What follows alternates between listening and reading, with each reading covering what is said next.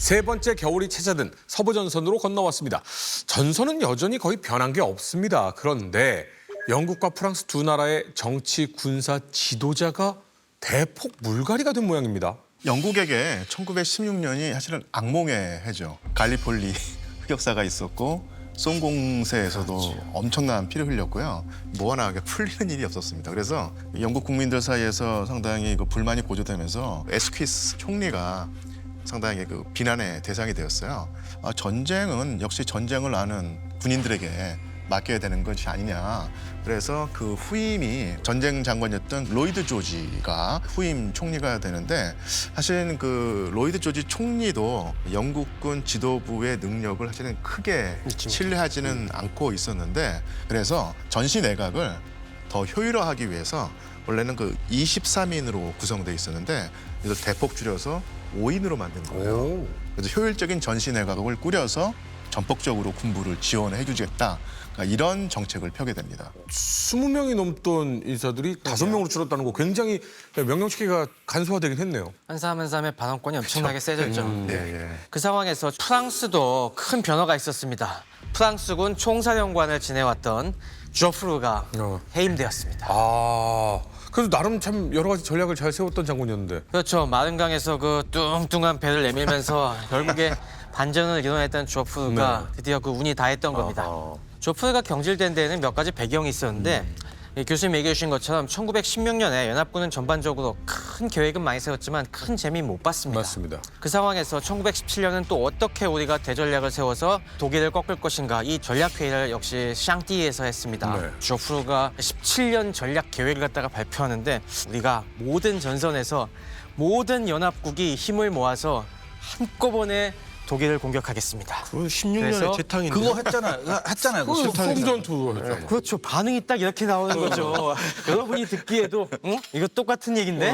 아니 그렇게 당하고도 똑같은 방식으로 싸우자고 저분은 생각이 있는 걸까? 이 손실을 더 감당 못할 것 같은데. 네, 막 그런 생각이 들고서 샹띠에가 끝난 다음에 사건이 크게 하나 터졌습니다. 네. 그 당시 동부전선을 정리한 독일군이 오스트리아 헝가리군과 함께 루마니아를 전격 공격을 했어요.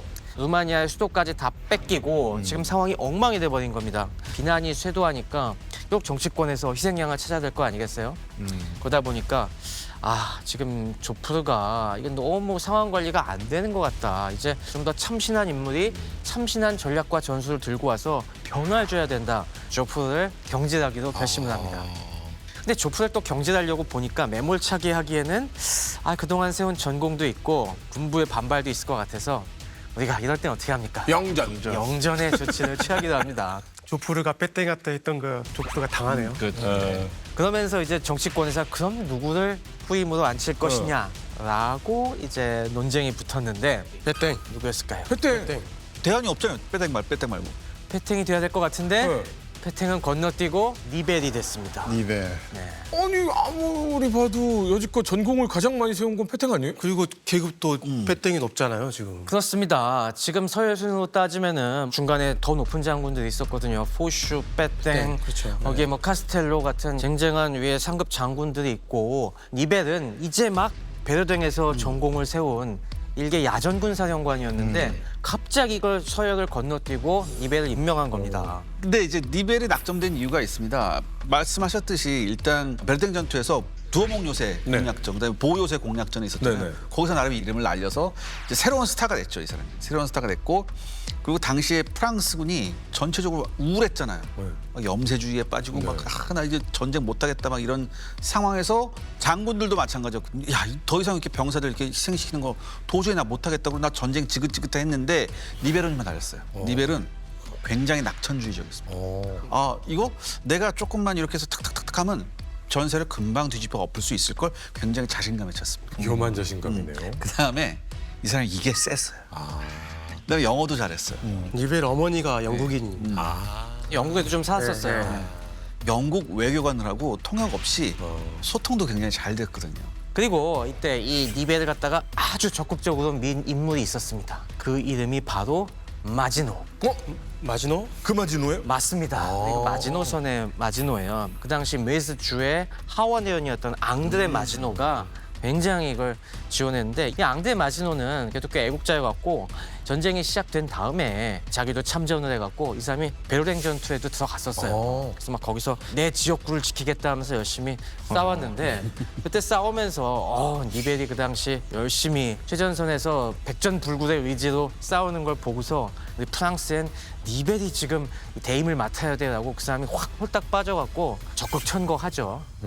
아무튼 이 니벨은 서부전선 총사령관에 오르자마자 예의 또 이걸 또 시전합니다. 뭐라고 하냐면 나한테 48시간만 주어지면 저 망할 놈의 게르만스키들을 단 한 번에 쓸어버리겠다. 우리 프랑스 땅에서 다 내쫓아버리겠다. 그리고 그 다음이 중요합니다. 나는 이미 이 전쟁을 끝낼 방법을 찾았다. 진지게 좀 얘기하죠. 이거 이제 와서. 지금 말씀하신 대로 내 방식대로 하면 서부전선에서 우리가 완전한 승리를 거둘 수 있다고 주장했던 거고 그게 결국 뭐냐면 기존과 같은 소모전을 하는 게 아니라 빠른 시간 내에 독일군 방어선을 무너뜨릴 수 있다라고 장담을 하는 거예요. 아 그러니까 이 사람은 나름 뭐 기동전에 대한 뭐 그런 게 있었나요? 그러니까 핵심 뭐냐면 내가 최근에 이제 도입했던 최신 포병 전술 네. 그걸 너희가 다 받지 않느냐? 그걸 우리가 베르랭 전투에서 성공으로 내가 입증해 보이지 않았느냐? 맞네. 그 전술을 대규모로 적용한다면 확대해서 적용한다면 이 넓은 전선에서도 독일군을 완전히 무너뜨릴 수 있는 돌파가 가능하다. 근데 그렇다면 그 전술이 뭐냐라는 건데 별거 없습니다. 제가 보기에는 이런 거예요. 대규모로 집중 포격을 장시간 퍼붓는 겁니다. 네. 근데 베르댕에서 독일이 먼저 했던 거잖아요, 그거. 그런 다음에 뭐냐면 종신 깊이 치밀한 아주 계산적인 이동 탐막 사격을 계속 하면서 보병이 탐막을 따라서 맹렬하게 공격을 가한다면 독일군의 전방 방어선을 뚫고 더 나아가서 한 번에 후방에 있는 포병 진지 이 선까지도 우리가 다 점령할 수 있다. 그래서 이제 니벨의 이런 주장대로 영국군이 이 아라스 일대에서 먼저 공격을 해서 독일의 에비데를 고착해 놓는 동안에 나는 처음에 격전지가 됐던 1914년에 엔강 유역에서 우리 프랑스군 주력이 공격을 하겠다. 이런 제안을 하는 겁니다. 그리고 이 엔강 일대에서의 독일군의 방어선이 뚫리는 순간 어마어마하게 내가 가지고 있었던 27개 사단 이 병력을 바로 투입해서 맹렬하게 공격해서 돌파를 해버리겠다. 이름을 붙입니다. 이른바 대기동 전략입니다. 설득 잘 안 되죠. 이게 문제예요. 설득이 안 되니까 그러니까 반발이 분명히 있었을 거 아니에요. 계속 만나는 사람마다 떠들고 다니는 겁니다. 내 말이 맞지 않느냐? 내 말이 맞지? 내 말이 맞지? 내 말이 맞지? 이거는 프랑스에서는 야, 내 말 안 못 믿어? 나 진짜야 라고 하지만 영국이나 다른 연합군들은 뭐가 달라요? 근데 이제 이렇게 안 해요? 영국 같은 경우도 17년 2월에 이제 영프 지도부가 만나서 여러 가지 이야기를 하거든요. 그러면서 작전 지휘권을 오히려 조정합니다. 그러면서 이 니벨 공세의 효과를 극대화하기 위해서 이 기간만큼은 영국 원정군도 니벨의 지휘 아래 넣기로 합의를 봐요. 그 말은 뭐냐면 영국군도 프랑스군의 공세에 보조를 맞춰서 함께 공격하겠다는 건데 사실 여기에는 로이드 조지의 정치적인 의도가 숨어 있었습니다. 근데 로이드 조지 같은 경우는 본인이 군인들을 다 제압해서 내가 전쟁을 이끌고 가고 싶은 사람이에요. 근데 군인들은 자기 말을 잘 안 들어요. 그리고 로이드 조지는 오히려 서부전선보다도 다른 곳에서 영국군의 장점을 살려서 우리는 1차 대전을 수행해야 된다 이런 생각을 했던 사람인 거예요. 그러다 보니까 당연히 어때요? 총사령관이었던 헤리그를 별로 안 좋아했겠죠. 근데 거기다 대고 니벨이 막 찾아와가지고 뛰어난 영어 실력으로 잘 될 거 하니까 괜찮네 이참에 영국군을 프랑스군 지휘 밑으로 넣어버리겠다. 그러면 결국 니벨의 뭐가 되는 겁니까? 부하들이 되는 거죠. 그렇죠. 그러니까 그 사람들이 권위를 어떻게 하는 거예요? 떨어뜨리죠. 약화시키겠다라고 이렇게 생각을 했던 거예요. 근데 이거를 장군들이 알아챕니다. 그래서 헤이그랑 뭐 참모총장 로버스슨이랑 이 사실을 알고 격분을 해가지고 막 뭐라고 하고 영국 왕한테도 뭐라고 하고 전시내각에도 이러면 되냐라고 뭐 하니까 그렇죠. 수정이 되는 거죠. 그런 아이디어가. 네네. 그래서 결국 어떻게 수정이 되냐면 영국 원정군은 우리 독자적인 정체성을 지켜나갑시다. 다만 이번 공세만큼은 프랑스군 지휘 밑에서 싸워봅시다. 그러니까 영구적으로 가는 게 아니라 네네네. 니벨 공세가 중요하니까 이때만큼 니벨의 지휘를 따르시오라고 이제 그 정도 타협을 하게 되는 겁니다. 그래서 근데 사실 니벨 같은 경우는 헤이그를 진짜로 약간 하급자 다루듯이 했어요. 더 중요한 게 네. 통역이 필요 없으니까. 네, 통역이 있으면 통역이 그래도 좋게 해줄 텐데 막 해버리니까 기분이 안 좋죠. 그렇죠. 근데 참아내야 됐습니다. 왜냐하면 함께 하기로 했기 때문에. 그리고 사실 영국군이 하고 싶은 건 뭐냐면 플랑드르 공세거든요. 네. 그걸 해가지고 어떻게든 독일군의 유보트 기지를 또 다 없애고 뭔가 영국에게 유리한 어떤 그런 지역이었기 때문에 니베 공세는 별로 하고 싶지 않았음에도 불구하고 결국 프랑스랑 함께 하기로 결정된 만큼 대놓고 반대를 하지 못했고 결국 니베 공세를 하기로 따르게 되는 거죠. 지금 뭐 러시아도 굉장히 힘든 상황이었고 프랑스와 영국도 뭔가 삐걱대는 느낌이지만 그렇다고 독일이 굉장히 마음 편한 상황은 아니었죠. 독일은 더더욱 암담한 상황이었습니다. 일단 국민들의 사기가 점점점 떨어지고 있었습니다. 그 원인은 역시 배고픔이었어요. 그렇겠죠. 처음에. 일단 1916년 자체가 독일과 오스트리아 헝가리는 흉작이 들었습니다. 러시아는 풍작인데 독일, 오스트리아, 헝가리는 네, 이 중기럽 쪽은 냉해가 휩쓸어갔고 곡물이 잘 안 자라고 그리고 또 지금 전시에 모든 질소 이 암모니아 생산한 걸 갖다가 다 폭약 만드는 데 쓰니까 비료 부족이 또 되고 거기다가 말이 또 대거 징발되면서 농사지을 갖추고 농사를 지어지. 네. 이쪽은 말로 많이 하는군요. 그러니 농업 생산성이 확 떨어지게 되고 거기다가 독일인의 주식이 뭡니까? 감자. 감자죠. 소시지라고 할 뻔했어요. 감자 농사까지 망했어요. 전염병이 돌아갔고. 그 상황에 오스트리아 헝가리의 또 주 곡창지대 중에 하나가 갈리차였는데 전투 지금 굉장히 갈리차가 전쟁터잖아요. 그러니까 거기서도 농사를 제대로 못 짓고 하니까 이 모든 게 겹쳐서 이른바 순무 겨울이 닥칩니다. 아무것도 없다라는 순무예요? 그건 아니고 우리가 순무라는 무 비슷한 순무 우리가 네. 먹는 강화도에서 생산되는 그 순무. 맞습니다. 만약에 독일의 순무가 우리나라 강화도 순무였으면 불만이 없었을 텐데 독일 순무가 진짜 맛이 없는 거예요. 맛이 없어요? 예, 예. 소세지와 감자를 먹던 사람들이 순무 뭐 먹다 보면 금방 질리죠. 국민들이 몸살을 치기 시작하고 그래서 만약에 영국과 프랑스가 1917년에도 대규모 소모전을 걸어오면은 야 우리가 이 물량을 댈 수 있을까? 여기서 16년은 넘겼지만 17년은 버틸 수 있을까? 이 걱정이 정말 태산이었습니다. 그럼 오히려 조프르의 계획이 나름 그렇죠.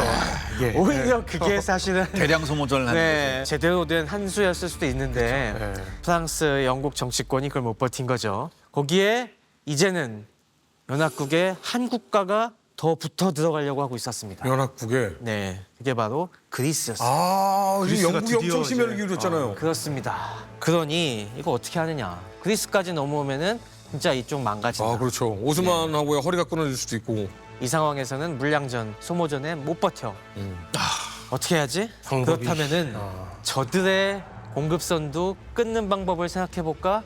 그러면서 만지작거리는 게 바로 무제한 무제한 잠수함 잠수함 작전. 그러니까 1915년에 해봤을 때 되게 괜찮았는데 이거 다시 한번 해볼까? 이런 생각들이 스멀스멀 나오게 된 겁니다.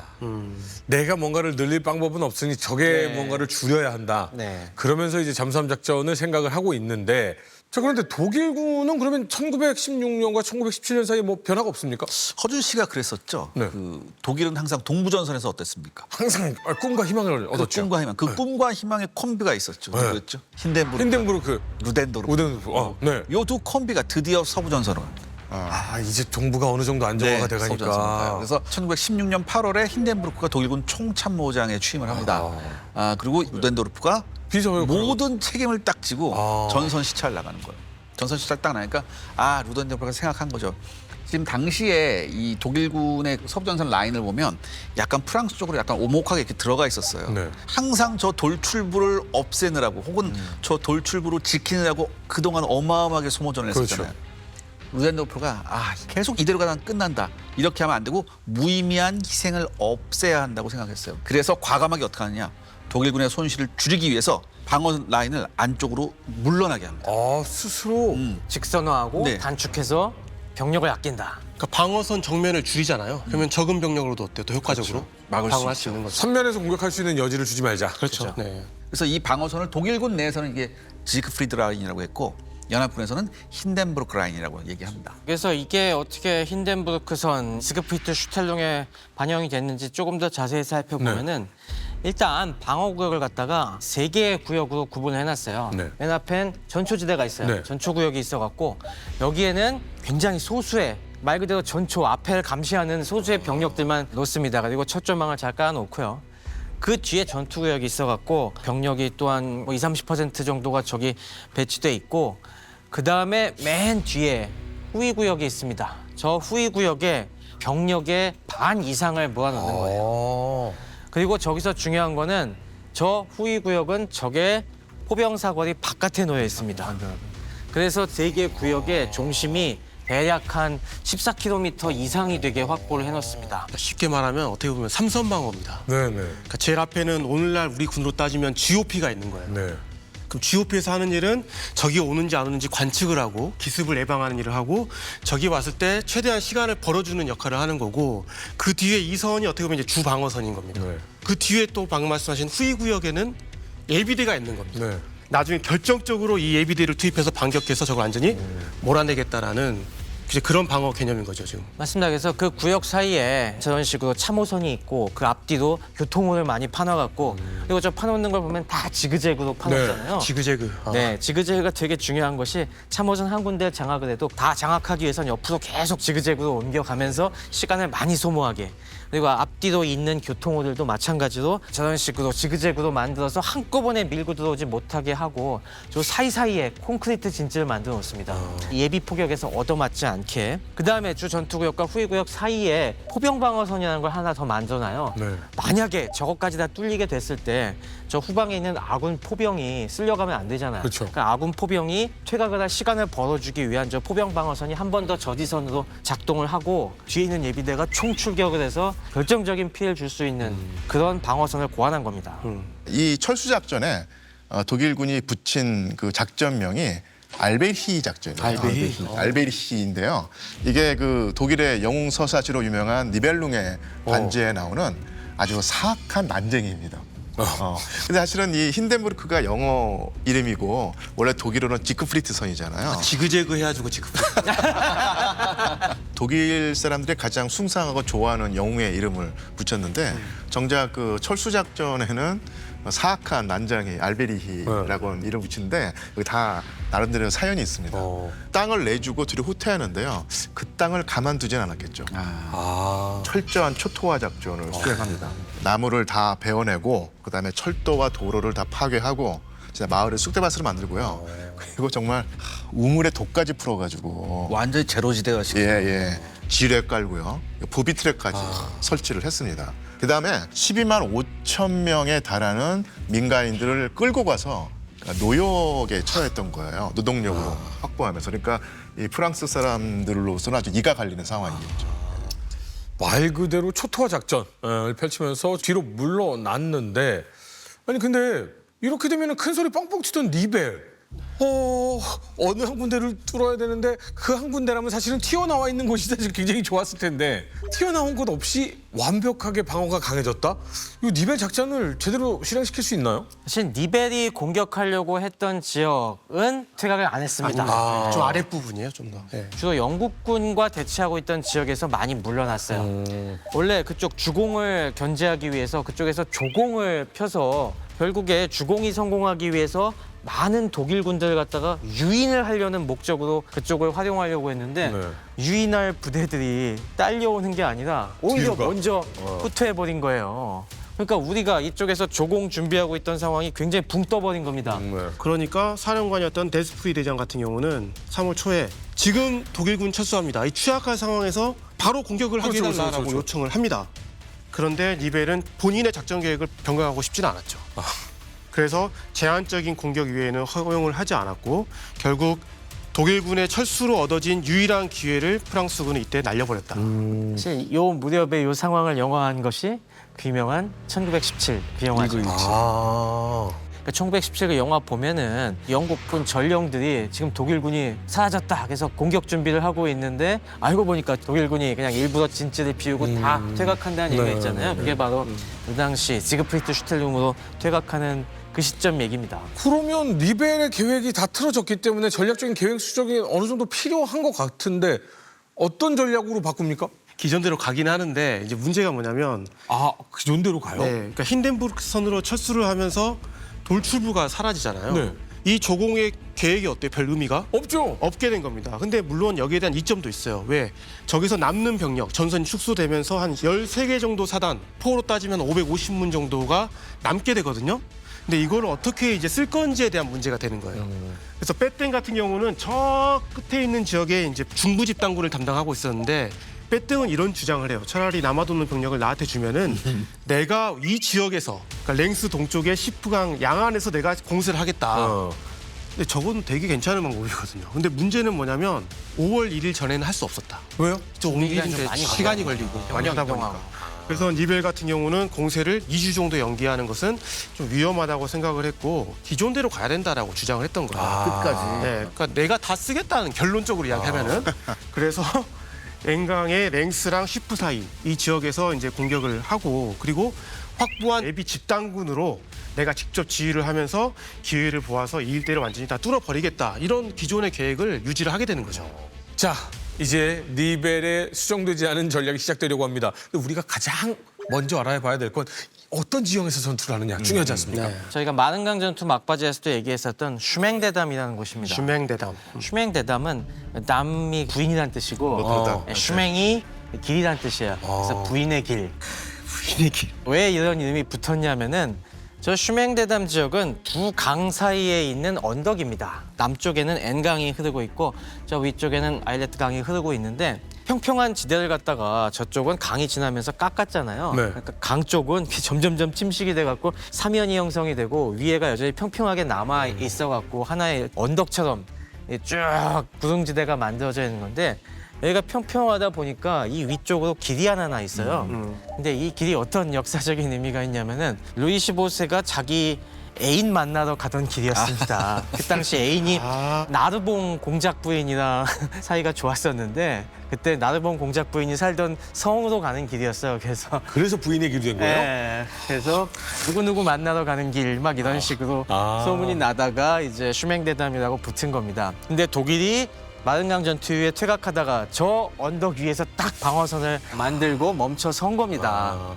당연히 방어하기 엄청 좋은 좋아요. 지형이잖아요. 저기가 또 무슨 좋은 이점이 있었냐면 저 슈맹대담 지역이 옛날부터 중세시대 때부터 저기서 나오는 돌이 좋아갖고 채석장이 있었어요. 피할 때가 많겠네요.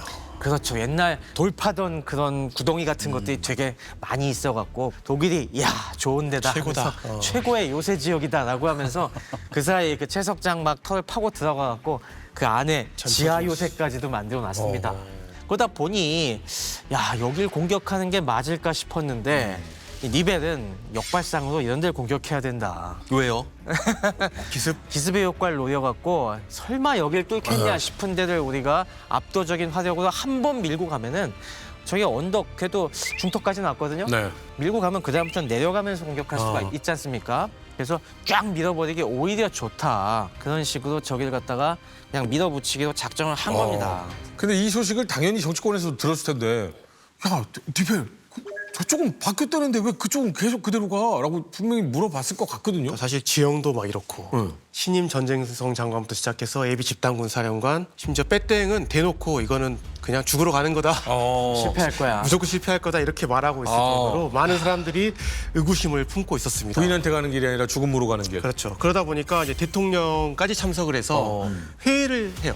이 자리에서 니벨도 참석을 했죠, 물론. 그러겠죠. 많은 사람들이 이 계획에 대해서 반대를 합니다. 그러니까 니벨이 어떻게 나오냐면 당신도 입장을 잘 알겠는데 내가 장담한다. 이거 실패하면 내가 바로 옷 벗을게. 자기가 사임하겠다는 강수를 두게 돼. 목을 걸어요. 목을 걸게 됩니다. 근데 여기서 중요한 거는 정치인들 입장인데 정치인들은 전쟁을 빨리 끝내고 싶잖아요. 그렇죠. 그래서 니벨을 믿고 싶었습니다. 더군다나 이 프랑스 정치권 사정이 더 복잡해지는데요. 지금 러시아에서 혁명이 일어났지 않습니까? 그래서 프랑스의 사회주의자들도 기가 살았던 겁니다. 그걸 보는 이제 푸앙카레 대통령이 이 사회주의자들이 지금 기가 살아가지고 날뛰고 있는데 그렇죠. 이 작전까지 실패하게 되면 진짜 우리 프랑스에서도 혁명이 일어난다. 그럴 수 있죠. 초조하죠. 그래서 니벨한테 다시 한번 물어보니까 니벨이 아니 여기서 또 우리가 물러나게 되면 이도저도 아니고 죽도 밥도 안 돼가지고 더 위험해진다. 강하게 밀어붙여서 승리해야 된다. 할 수 있다고 또 말을 한 거예요. 이러다 보니까 정치가들도 불안한데 원형식 사고방식을 동원해가지고 그래 리벨 한번 믿어보자 이렇게 하면서 도박을 한 겁니다. 근데 심지어 그 논쟁한 다음 날 리벨이 독일군이 우리 공격 계획을 입수했다라는 소식까지 들었어요. 아 그러면 그러면 진짜 다시 생각. 그럼 다시 생각해 해야지. 그럼에도 불구하고 자신의 공격 계획을 그대로 밀어붙입니다. 그 계획은 어디서 들었대요? 첩자가. 이게 다 리벨의 실책이었습니다. 본인의. 왜요? 곳곳에 다니면서 이거 성공합니다. 믿으세요. 절 믿어야지. 지금 여기서 흔들리시면 우리 다 망하는 겁니다. 계속 이러고 다니니까 돌아다니면서 작전에 대한 얘기를 안 할 수가 없잖아요. 주변에 지지를 얻고자 다 떠벌리고 다니는 거죠. 온 국민들이 알았다는 과장하면 그런 이야기까지 있어요. 네. 많은 내부의 장군들이 이거 이대로 하면 실패가 불보듯 뻔해라고 얘기하지만은 리벨은 강행하자. 그럴 만두한 전력인 건 사실입니다. 그래요? 이 당시 리벨 공세를 위해서 준비한 부대들이 어마어마해요. 선봉에 내세운 거는 네. 역시 베르댕에서 믿고 맡긴 누구겠습니까? 망쟁이죠. 도살자 망쟁이었습니다. 이 당시 망쟁은 베르댕 전투에서 사단장으로 시작했지만 이제 야전군 사령관까지 올라왔어요. 그래서 17개 사단이랑 1개 기병사단을 배치했고요. 그리고 그 우익에 또 5군까지 동원했는데 16개 사단을 여기도 배치하고 있었고 또 여기는 지대가 조금 더 평탄하기 때문에 여기는 우리도 전차를 쓰자. 그래서 전방에 배치되기 시작한 슈니데어 전차 8개 대대 128대를 여기다가 이제 배치를 시켰고요. 이 두 개의 야전군이 막대한 화력을 동원해서 뻥 구멍을 뚫으면은 전과 확대를 위해서 집어넣을 10군까지 준비해놨습니다. 예비대로. 그래서 이 10군은 13개 사단의 1개 기병군단 이렇게 돼갖고 이 3개 야전군에 50만 병력이 이 대기를 하고 있었고 그 뒤엔 또 예비 집단군까지 있잖아요. 지금. 그렇죠. 그리고 호병 화력으로 뚫어야 되기 때문에 여기에는 무려 야포를 갖다가 2,900문, 더 구경이 큰 중포들을 1,650문. 중포가 많네. 모든 걸 그리고- 털어 넣었네요 여기다가 네, 장사정 중포를 160문. 거기에 박격포들까지 이제는 1,550문을 배치해서 진짜. 어마어마하네. 총 이런 대포들이 5,300문 이상이었고요. 그리고 공격 준비 사격을 위해서 무려 1,100만 발의 포탄을 준비했습니다. 이야. 그 수많은 반대에도 불구하고 아마 마음 한구석으로 그래도 이 정도 화력이면 되지 않을까. 그런 뭔가 생각이 있겠, 있었던 것 같아요. 뭔가 되겠지라는 생각이. 근데 탱크가 사실은 뭐 파열법이 그 뒤에 연구가 좀 되긴 했지만 군인들에게는 엄청나게 무서운 전략이잖아요. 우리가 뭐 화학의 독일, 정밀기계의 독일이라고는 하지만 이전에 우리가 많이 배우지 않았습니까? 과학의 프랑스예요. 프랑스 전차는 좀 과학적입니까?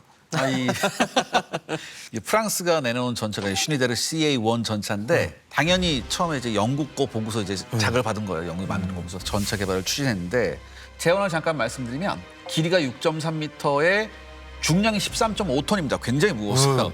그리고 주무장이 75mm 포가 있습니다. 그다음에 부무장으로는 8mm 호치키스 기관총이 2정 있었고요. 그다음에 엔진은 60마력짜리 엔진이었습니다. 가솔린 엔진. 그다음에 최고 속도가 시속 8km, 항속 거리가 45km가 최고 나왔고요. 속도 시속 8km요. 중요한 게 있습니다. 이거 기억하셔야 되는데 장애물 극복 능력이 0.8m였습니다. 80cm요. 예. 80cm가 넘어가면 턱에 걸린다는 자, 소린가요? 그러니까 이제부터 제가 말씀드릴게요. 잠깐 이 정도네 그러면? 네, 뭐. 이 정도 되는 거죠, 이렇게. 그러니까 제가 지금부터 이 슈니데르의 특징 및 단점에 대해서 말씀드리겠습니다. 특징 및 단점. 보통 특징 및 장단점이잖아요. 얘는 장점이 없어요. 장점이 없는 전차예요. 아니, 근데 보통 성인 남성의 걸음걸이가 시속 8km 정도 되지 않아요? 네. 그러니까 정확하게 군사들이 걸어가는 속도와 탱크가 가는 속도가 비슷해. 그러니까 일단은 전면에 75mm 포가 있으니까 굉장한 기대를 했었어요. 근데 이게 보시면 이 포가 차체 정면 오른쪽에 비대칭으로 있거든요. 아 비대칭으로. 그렇기 때문에 조준이 굉장히 힘듭니다. 그래서 전면에 안 보이는구나. 그다음에 포의 사격각이 이게 제한적이에요. 그래서 뭐 측방으로 돌릴 수도 없고 후방 공격도 불가능한 그런 전차입니다. 아, 약간 배 같네. 그다음에 내부가 이게 굉장히 비좁아요. 네. 그래서 이 엔진 내부에서 열이 굉장히 심하게 나거든요. 네. 환기가 안 됩니다. 환기가 안 돼서 환기 승무- 시스템은 없어요? 그래서 안 만들었어요? 그냥 문 열어 놓는 거예요. 아. 그냥. 그래서 여기에 있는 승무원들이 10분만 타면 피로를 호소합니다. 아, 나 못 하겠어요. 막 이러는 거죠. 8km 속도인데 10분 만에 필요하면 어떡해. 그다음에 지금 60마력 엔진의 최고 시속이 8km잖아요. 네. 이게 스펙상 8km입니다. 전선에 나가면 대충 한 3, 4km 나와요. 지금 딱 영상에 보이는 속도로 움직이는 거예요. 뒷걸음질 속도랑 비슷하네요. 그러니까 이게 뭐가 되냐? 덩치 큰 타겟이 되는 거예요. 야 발로 밀었어 방금 빨리 가라고. 그다음에 또 문제가 뭐냐? 이게 전면 장갑 바로 뒤에 연료 탱크가 있어요. 만약에 여기 직격이 되면 화재가 발생합니다. 실제 전투에서 독일군이 딱 보고서 혹시나 하고 그냥 대포를 직격으로 쏴봤어요. 바로 활. 화재가 엄청나게 나면서 불꽃 쇼가 나오는 거죠. 그래서 어머 굉장히 멋있다고 그래서 계속 쏘는 거죠. 그다음에 제가 아까 말씀드렸죠. 저 궤도 길이가 짧아요. 네. 그래서 약간 가분수야. 그래서 이게 창호를 넘는 능력이 굉장히 부족합니다. 약간 그 장수풍뎅이 암컷이 예. 천천히 걸어가는 딱 거예요. 그런 거죠. 예, 진짜. 못 넘으니까 뭐냐? 나중에 이런 얘기가 나옵니다. 이럴 거면 왜 만들었냐? 아까 이 기자님이 왜 화를- 특징 및 단점이라고 했는지 알겠네요. 그래도 좀 좋은 말 좀 해주십시오. 그래도 처음에는 팍 가면서 어떤 심리적 효과는 있었어요. 근데 문제는 뭐냐? 가다가 이게 나는 정면으로 간다고 생각했는데 자꾸 옆에 오는 전차하고 부딪히는 거예요. 뭐요? 예. 똑바로 안 가, 얘가. 똑바로 안 가요. 그러니까 본능적으로 전차들이 어떻게 되느냐? 옆에 있는 애한테 멀어지려고 이렇게 퍼지는 거예요. 퍼지는데 이 전차라는 건 예나 지금이나 집중적으로 이렇게 들어가야 되는데 그렇죠. 자꾸 퍼지는 거예요. 상계되게 근데 돼버렸어요. 자꾸 퍼지면서 옆구리를 노출했잖아요. 네. 옆구리는 장갑이 더 얇아요. 얇죠. 예. 심지어 잘하면은 중기관총에도 뚫린다 이런 얘기가 있을 정도로 엄청난 피해를 봅니다. 아이 그래도 그냥 뭐 프랑스군의 첫 작품이니. 그래도 이게 의의가 없는 건 아니에요. 그래요? 이거 한번 겪어보고 나서 프랑스군이 우리가 제대로 된 기갑 전략 전술을 연마해야겠다 이런 생각을 하고 그다음에 이 슈니데르에서 나왔던 모든 문제점을 해결하고자 이 다음에 프랑스군이 내놓은 전차가 F-17 르노 전차예요. 근데 보시면 이 르노 전차는 이게 터렛이 있어요. 포탑이 있어요. 왜? 이게 포탑 사격 각도가 안 나면 안 된다. 터렛이 있고 컴팩트하게 딱 해서 경쾌하게 나가야 된다. 이 르노 17 전차가 현대 전차의 모태입니다. 터렛이 돌아가는. 오답 노트 잘 작성해가지고 금방 배웠나 보네요 이게. 저거는 한 10km 가요? 저거는 그래도 빨리 가요. 굉장히 우수했죠. 저 르노 전차에 패턴이 반해갖고 전차 바가 된 겁니다. 이때 당시에 독일군과 프랑스군 기관총의 성능이라든가 좀 이 기술적인 변화들이 좀 있었습니까? 그러니까 독일군이나 연합군이나 전부 다 기관총을 굉장히 잘 써먹었잖아요. 근데 그 기관총은 중기관총이에요. 움직이기 힘든 거잖아요. 굉장히 이동하기 힘들죠. 특히 영국군의 비커스 기관총은요. 기록이 하나 있습니다. 1916년 8월 무슨 일이 있었냐. 12시간 동안 총료를 교체하면서 100만 발을 쏜 기록이 있어요. 이 정도로 지속 사격 시간이 굉장히 좋아요. 근데 문제는 이 중기관총의 무게입니다. 독일제 MG08이 69kg예요. 70km. 예? 그다음에 영국 비커스도 40kg입니다. 그러니까 람보도 이건 들고 못 쏘죠. 지금 공격하는 부대가 기관총에 걸려서 다 죽잖아요. 그러니까 무슨 생각이 나냐면 만약에 공격하는 쪽도 기관총과 엇비슷한 화력이 있으면 어느 정도 해볼 텐데 그렇지. 이거 보병들이 볼트액션 소총으로는 전혀 안 되죠. 되잖아요. 그래서 뭐냐? 보병이 들고 다닐 수 있는 경기관총이 필요하다 이런 생각이 나오게 됩니다. 그래서 초기 경기관총이 뭐가 있었냐면 저기 보시면 덴마크제 마드센 경기관총이 있었어요. 말았어요. 그다음에 프랑스는 여기 호치키스 경기관총이 있었어요. 호치키스 경기관총은 저 보탄판이라는 걸 넣어서 쏴요. 네. 이 보탄판이 문제가 굉장히 많았습니다. 그 탁탁탁탁탁 돼야 되는데 여기에 조금이라도 이물질이 들어가면 이게 걸려요. 딱 걸려요. 네. 그다음에 많은 경우에 여기다 뭘 해야 되냐면 기름을 발라서 넣어야 됩니다. 기름을 한번 쓱 그래야지 잘 들어가요. 병사가 저걸 들고 가다가 만약에 엎드려 쏴 하게 되면 어떻게 되겠습니까? 모든 진흙이 다 손에 튀죠. 튈 거 아니에요. 그럼 이제 딱 멈추는 거예요. 그래서 프랑스가 안 되겠다. 새로운 경기관총 개발하자 그래서 개발을 했습니다. 그 경기관총 바로 쇼샤 경기관총이에요. 이게 무게가 9kg으로 비교적 가벼웠습니다. 그런데 문제는 뭐냐? 신뢰성이 거지 같았습니다. 예. 밑에 동그란 게 탄창이거든요. 탄창인데 저기 신기하네. 탄창 잘 보시면 그 구멍이 뚫려 있어요. 이게 뭐냐면 잔탄을 확인해야 된다. 그래서 구멍이 뚫려 있단 말이에요. 그런데 진흙밭에서 진흙 고르니까 들어가기 딱 좋게 생겼네. 진흙아 들어와라. 이거죠. 이렇게 된 거죠. 들어오면 빼기도 힘든군요. 그러니까 여기서 송탄 분량이 120% 일어납니다. 잠깐만. 120% 100% 예. 먹는다. 그러니까 뭐야? 진흙 말만 해도 안. 그래도 얘가 장점이 있었어요. 얘가 비교적 구조가 단순해서 대량 생산이 가능했어요. 26만 정 정도 됐어요. 그래서 경기관총이 부족했던 프랑스군에서는 운용이 됩니다. 그리고 여러 고장에도 불구하고 프랑스군의 평가가 있습니다. 없는 것보다 낫다. 얘가 없는 것보다 낫다. 그래, 없는 것보다 낫습니다. 아까 전차도 그랬죠. 네, 없는 것보다 낫다. 없는 것보다 나은 거죠. 그다음에 이제 독일군도 그럼 경기관총을 만들어야 될 거 네. 아니에요. 사진에 보는 MG0815를 개발해요. 근데 독일군이 경기관총 만들면서 고집 피운 게 하나 있었어요. 저기 보시면 순행식 저거를 고집을 합니다. 왜냐면 많이 쏘기 위해. 사람이 들고 가야 되는데 순행식을 고집을 해요. 그러니까 이 경기관총 무게가 21kg입니다. 세상에서 가장 무거운 경기관총이라는 오명을 써요. 앞에 경자를 빼야 되는 거 아니에요? 그러게요. 현재 전선에서 독일군이 저걸 던져버립니다. 나 이거 안 쓴다. 그래서 어떡하냐? 영국군이 쓰던 루이스 경기관총 같은 걸 노획해서 쓰거나 아니면 러시아나 이제 덴마크제 경기관총을 노획해서 이걸 누구한테 주느냐? 스톰트루퍼. 그 사람들한테 많이 줘요. 기관단총하고 함께 굉장히 콤비를 이뤄서 톡톡하게 써먹었죠. 약간 프랑스는 없는 것보단 나하고 독일은 우리 것보단 쟤네께 나아가. 자, 1917년 연합군 춘계 공세의 시작. 사실은 쏨 전투에서 워낙 많은 희생을 치르지 않았습니까? 네. 좀 달라졌습니까? 네, 영국군이 정말 달라졌습니다. 제가 항상 강조하는 것 중에 하나가 강한 군대의 핵심은 실패로부터 빨리 배우는 군대다라는 그런 말씀을 드리는데 영국군은 그런 면에서 강군의 자격은 있는 것 같아요. 학습 곡선을. 네, 학습 곡선을 잘 그리게 됩니다. 4월 9일에 영국 영연방군 3개군 1군, 3군, 5군이 아라스에서 공격을 개시합니다. 저 지역의 1차 목표가 된 곳이 저기 지형도에 보시면은 등고선이 고동색으로 칠해져 있는 능선이 하나가 보이죠. 저희가 유명한 비미 능선입니다. 저 뒤에 마을이 비미라고 있어갖고. 그래서 저 지역을 갖다가 캐나다 군단이 담당을 하게 됐어요. 그러면서 3월 20일부터 270만 발 가까운 포탄을 2주일에 걸쳐서 퍼부어요. 뭐가 남아나나요? 그렇게 되면? 너무 많이 쏴. 진짜. 근데 이런 식으로 퍼부는 거 보면은 이거 쏨 전투랑 비슷하게 그냥 가는 거 아니야 생각할 수 있잖아요. 근데 그게 함정이었어요. 왜요? 저 지역의 독일군에게 영국군이 또 공격해오는구나. 쏨처럼 오려고 하지 이렇게 안심을 하게 만든 거예요. 딱 이게 포격이 끝나고 나서 며칠의 텀을 둬요. 왜 포격이 없지? 그러면서 4월 9일에 공격을 개시하는데 이때는 포병 전술이 완전히 바뀌어버립니다. 허리케인 포격을 실시해요.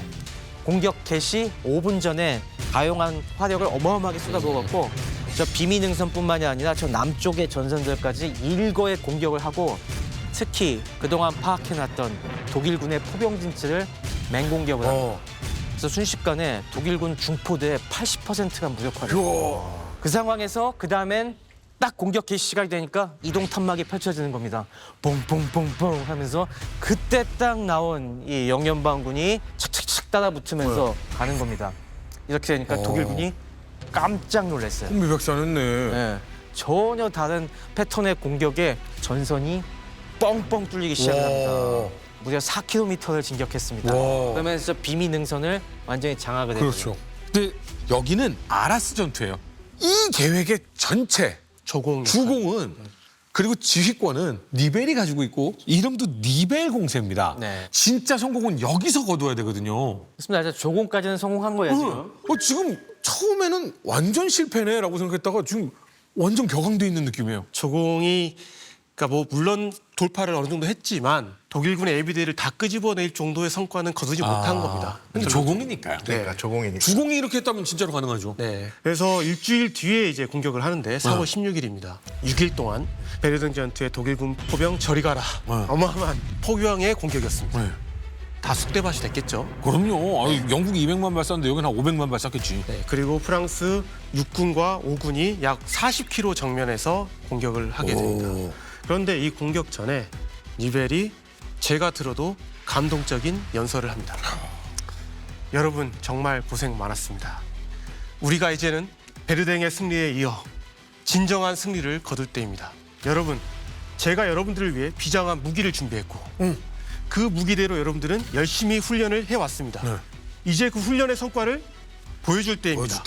여러분들은 대승리를 할 것이고 우리 조국 프랑스를 구할 것입니다. 그리고 집에 갑시다. 프랑스 만세! 비바 프랑스 하면서 난리가 나네. 와 하면서 진짜 공격을 합니다. 사기 충천. 네. 근데 진짜로 지금까지는 쉽게 점령하기 어려웠던 안 됐던 독일의 일선 방어선을 점령한 거예요. 바로 첫동에? 순식간에. 네. 우와. 역시 니벨 장군이다. 만세 막 이러고 있는데 근데 첫 번째 방어선에는 감시초소 역할 하는 정도잖아요. 비어 있잖아요. 네, 역시 독일군은 이미 일방어선에서 철수한 상태인 겁니다. 이 선에 있는 독일군은 온전하게 프랑스군을 기다리고 있죠. 기다리고 있었던 상황인 겁니다. 그리고 이 지역은 여러 독일군의 전선 중에서도 가장 강력하다고 보면 돼요. 거의 1년 반 동안을 여기서 전선이 움직이지 않았으니까 그동안 공사를 어마어마하게 해놨습니다. 그래도 망쟁은 망쟁이에요. 네. 망쟁이 육군은 막 그 피해가 있었지만 어떻게든 공격 정신으로 목표를 확보합니다. 주방어선을 뚫어요? 이 방어선에 그 자기가 생각했던 목표까지 가요. 물론 제가 사상자 이야기는 안 하겠습니다. 네. 이 사람은 한 지점을 집중적으로 끝까지 공격하라고 하잖아요. 그렇죠. 통했습니다. 어. 그런데 문제는 우측의 5군입니다. 네. 특히 5군에는 뭐가 있었냐면 신위대 전차가 있었습니다. 아, 그럼 뚫고 가야지. 오히려 보병의 진격에 방해된 역할. 아, 느려서. 아, 야, 비켜봐. 그러니까 사실 이 전차 역할이 지금 현재는 보병 지원용이면 제일 좋은 거는 보병을 엄호해줘야 되고 보병이 뒤에 따라가면서 내 생명을 보존받고 적의 공격을 포격으로 그렇죠. 뚫어내줘야 무력화시켜야죠. 되는데 그 역할을 못 해주고 오히려 보병의 속도를 저하시키는 역할을 했다는 거예요. 같이 가, 형. 없었던 게 나을 뻔했어요. 그 정도 역할밖에 못했다. 아, 그래요? 그래서 목표 확보에 실패합니다. 그리고 또 하나 공격한 부대가 있는데 바로 빼땡의 사군입니다. 빼땡의 중부 집단군의 사군도 공격을 했는데 이 지역에서도 독일군의 저항과 반격으로 실패합니다. 그러면 결국에는 니벨이 약속한 시간은 뭐였습니까? 48시간 이틀이었죠. 네. 이틀 동안에 프랑스군이 거둔 최대 성과는 망쟁의 육군이 거둔 6에서 7km의 진격이 전부였습니다. 이 저항선까지 간 그거요? 네, 나머지는 다 못 갔어요. 자, 물론 이러한 성과가 사실 그 전에 있었던 프랑스군의 많은 전투들에 비하면 충분히 인상적인 거였어요. 그런데 어찌됐든 결과적으로는 48시간 내에 엔강선액, 슈맹대담 그 결정적 방어선 뚫지 못했잖아요. 네. 니벨 입장에서는 어떻겠습니까? 목 내놔야죠. 근데 여기서 포기할 수 없는 거예요. 어떻게든 해보자. 여기 뚫기만 하면 돼. 네, 계속 공격을 하게 됩니다. 4월 25일까지 계속 공격을 하는데 이 시점에서 프랑스의 사상자가 무려 10만이 났어요. 그리고 이 시기에 니벨에 안 그래도 지금 많은 사람들이 어때요? 이 작전에 대해서 회의적이죠. 회의적이고 불신을 가지고 있었는데 그럴 줄 알았어 막 이러니까 니벨이 점점 움츠러드는 겁니다. 그리고 실제로 이 사람의 지휘권, 영향력이라는 게 점점 줄어들고 있었고요. 이게 딱 보여주는 게 뭐냐면 4월 21일 날 니벨이 그래도 한번 해보자라고 하면서 마음을 가다듬고 하려고 했던 그 공세. 그러니까 뒤에 또 누가 있었냐면 예비 집단군이 있거든요. 네. 엄청난 군대잖아요. 근데 이 예비 집단군 사령관이 반발합니다. 아, 못하겠는데요.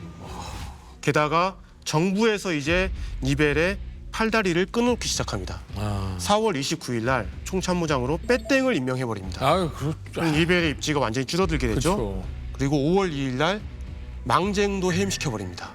그나마 성과를 거뒀던. 네. 그럼 니벨 입장에서는 이제 거의 할 수가 없는 상황인 건데 그래도 니벨이 뭔가 해보려고 또 합니다. 그래서 5월 4일 날 새로운 사령관 마진 육군이 또 1년의 공격을 했고 거기에 이제 독일군 진지도 막 점령을 하거든요.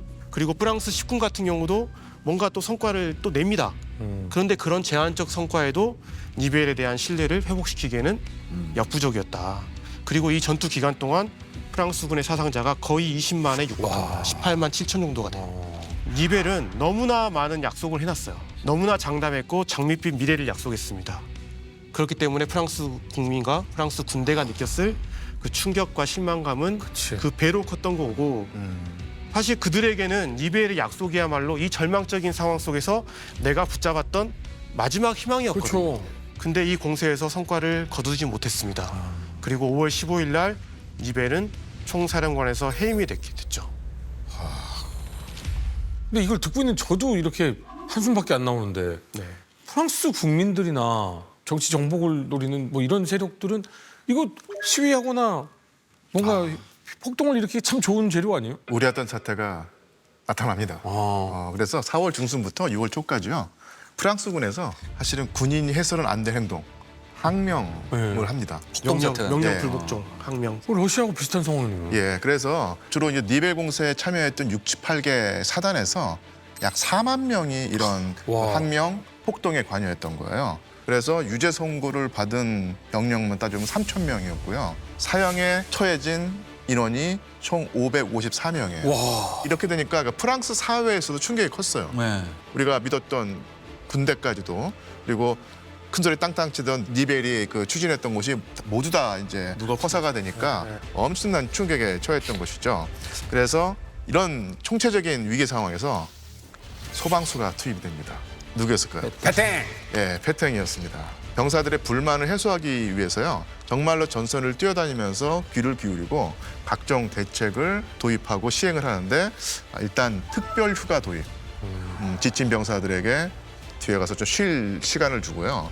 그다음에 의료 체계, 복지 시설도 보강을 하고요. 근데 이것은 사실 사기의 문제고요. 사실 근본적으로 프랑스군의 구조를 바꾸게 되는데, 엘랑 이제 없다.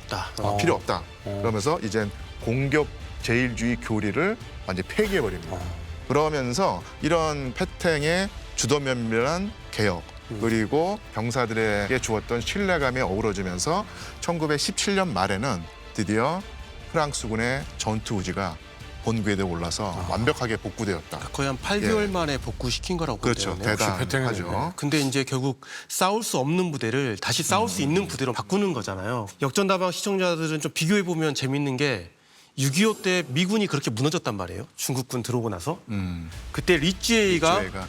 상당히 비슷하면서도 다른 방법으로 어떻게든 전투 의지를 복돋고 싸울 수 있는 군대로 만드는데, 그러니까 지휘관이라는 게 결국에는 싸움에서 이기는 거 말고도 어떻게든 내 부대가 싸울 수 있는 부대로 만드는 것도 정말 중요한 역할이다. 그게 정말 리더십인 거고, 빼땡이 그 역할을 너무나 여기서 잘했던 거죠. 그래서 니벨과 이 패탱이 정말 구분이 되는데, 사실은 화술만 화려한 니벨에 비해서 패탱은 그야말로 이제 군인이었던 것이고, 그래서 사실 뒤의 얘기인데, 나중에 2차 세계대전 때 결국은 패탱이 독일에게 부역했던 죄로 대역죄로 기소되게 되는데, 그 당시 프랑스의 많은 국민들이 그래도 패탱은 절대로 살려둬야 된다. 그리고 명예를 훼손하면 안 된다 하는데, 그게 다 이때 감명을 받았던 베테랑 군인이었다고 해요. 1차 세계대전 때 이때 패탱을 보면서 어떤 흠모의 감정을 가졌던 병사들이 제2차 세계대전 때 비록 죄는 확실하지만 유죄가 확정이 됐는데. 이 사람의 명예는 살려줘야 한다고 해서 적극적으로 패탱을 떠받쳐줬다고 합니다. 적국에 부역했다라는 죄가 확정됐음에도 불구하고 그 장군님을 지지했다라는 건 그만큼 이 시기에 패탱이 보여준 아빠의 리더십이 엄청났다. 네. 빼땡 없었으면 프랑스 망했다고 생각하는 거죠. 특히나 프랑스 병사들의 사기를 올린 어떠한 패탱의 결정이 있었다면서요? 프랑스군의 희망사항이 있었습니다. 근데 중요한 건 프랑스군들의 희망사항이 실제 연합군의 새로운 전략에 반영이 돼요. 이게 뭐냐면 와인 한 잔 주세요. 이 프랑스군의 사기를 회복시키는데 가장 좋은 약발 좋은 게 하나 있었어요. 그게 뭐냐면 두 가지 조건이 충족될 때까지 대규모 공세 절대 안 한다. 그럼 첫 번째 조건이 뭐냐? 전차 마구 쏟아내라. 근데 아까 전투 근데 아까 전체 때문에 못 갔다면서요? 그러니까 걔 말고 차라리 영국 거죠. 뭐 이런 거죠. 마크가 좋아. 두 번째 역시 아메리카나가 와야 된다. 미국 참전. 새로운 친구가 들어와서 압도적인 물량을 쏟아낼 때까지는 아. 절대 우리가 대규모 공세 안 한다. 미국이라는 나라는 19세기에 서부를 다 개척했고, 중간에 있었던 미국 내전에서 봉합이 되면서 그 뒤로는 쭉쭉쭉쭉 경제 성장을 하거든요. 힘이 넘쳐나는 겁니다. 우리는 완벽하게 준비해서 독립적인 형태로 가겠다는 겁니다. 영국 전선, 프랑스 전선, 그리고 미국 전선을 따로 만들겠다. 이대로만 간다면 좋겠지만 독일이 여기서 대형 사고를 하나 치죠. 어마어마한 사고를 치죠. 유명한 시머만 전보 사건입니다. 미국의 옆구리를 시리게 만들어줘야 된다. 그 역할을 멕시코한테 맡기려고 합니다. 영국 전투기를 꼽으라면 역시 에어코 DH2가 있습니다. 에어코. 당시 여타 전투기와 달리 얘는 뒤에 달려 있어요. 아니 저러면 기관총 쏘기가 너무 좋을 것 같아요. 예, 독일도 이제 가만히 있을 수 없습니다. 알바트로스 D3 전투기. 아 이름 좋다. 저 때부터는 딱 노즈콘이 예쁘게 만들어져갖고 훨씬 더 새답게 보이지 않습니까? 그래서 제가 이제 주변의 의견을 참조해서 서로 다른 성격을 가진 6명의 에이스를 뽑아왔습니다.